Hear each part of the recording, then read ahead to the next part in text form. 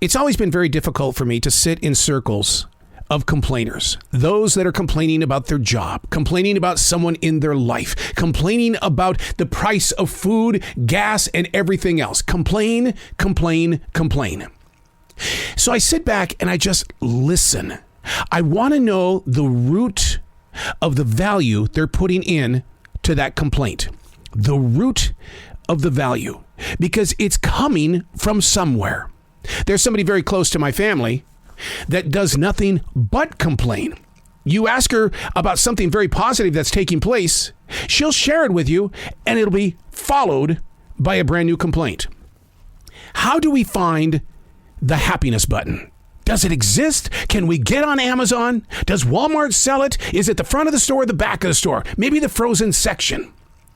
What is it about complaining that seems to fuel the people that we're with, including ourselves? Because how often do we on this side complain?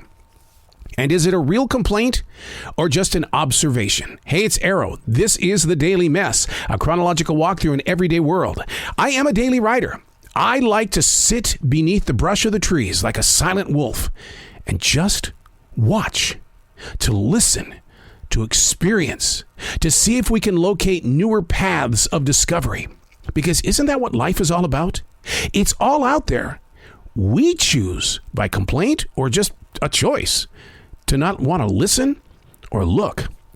This is The Daily Mess. Another full day of creative conversations. That's what we do with podcasting, or at least mine, is that I'm blessed with the opportunity to talk with a lot of creative people. You talk about a moment where the emotion, it can be in any direction. And when you line them up like a true junket, your emotions as the interviewer has to go through whatever it is that they're feeling, because you're not wearing their shoes. You don't know what their actions or reactions are going to be like. But it's another full day of creative conversations. And my job is to do nothing but listen, to hear the heartbeats of the artists that somehow had the courage to take their creativity and kick it out of the house. I made you, now go away. Book authors who guarantee one book a year are constantly facing a deadline. Now listen to their story on how it comes together. It never falls apart. Or if it does, they don't speak openly about it. I never hear a complaint from a book author. Musicians are the same way. Get out of the house so we can get back to a tour. By the time we see movies and television shows, the projects have been finished for months. Now it's time to promote it. That's part of the process of planting the idea into the ambitions of something needing to buy tickets. Being creative can be a very lonely place. So much is done on a team of one. Like the NFL, NBA, and NHL, only a few people, a pinch of the public, get to truly be a part of the big leagues of teams. And even they are amazingly grateful. Yeah, that big team of one. I worked for a major league broadcast company for nearly 12 years.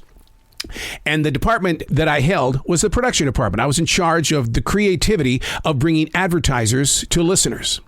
It was never a job to me because my goals were to try to come up with whatever is missing in that connection with the listener and the radio station's advertising. And what I mean by that is that people are always telling me, I don't listen to commercials. Well, why not?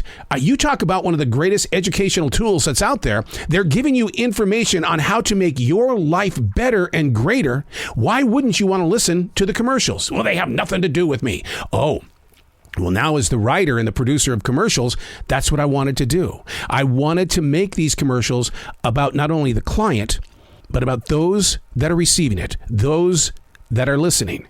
Here's the truth.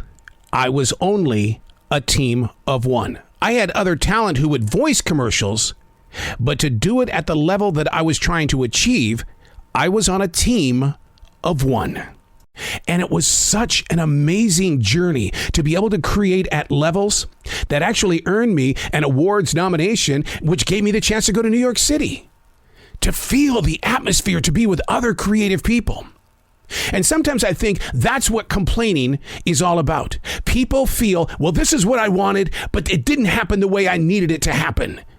So I'm going to push anything and everybody away until I can figure this out. Well, you're never going to figure it out because life is changing so quickly. The evolution of your ambition is controlled by you.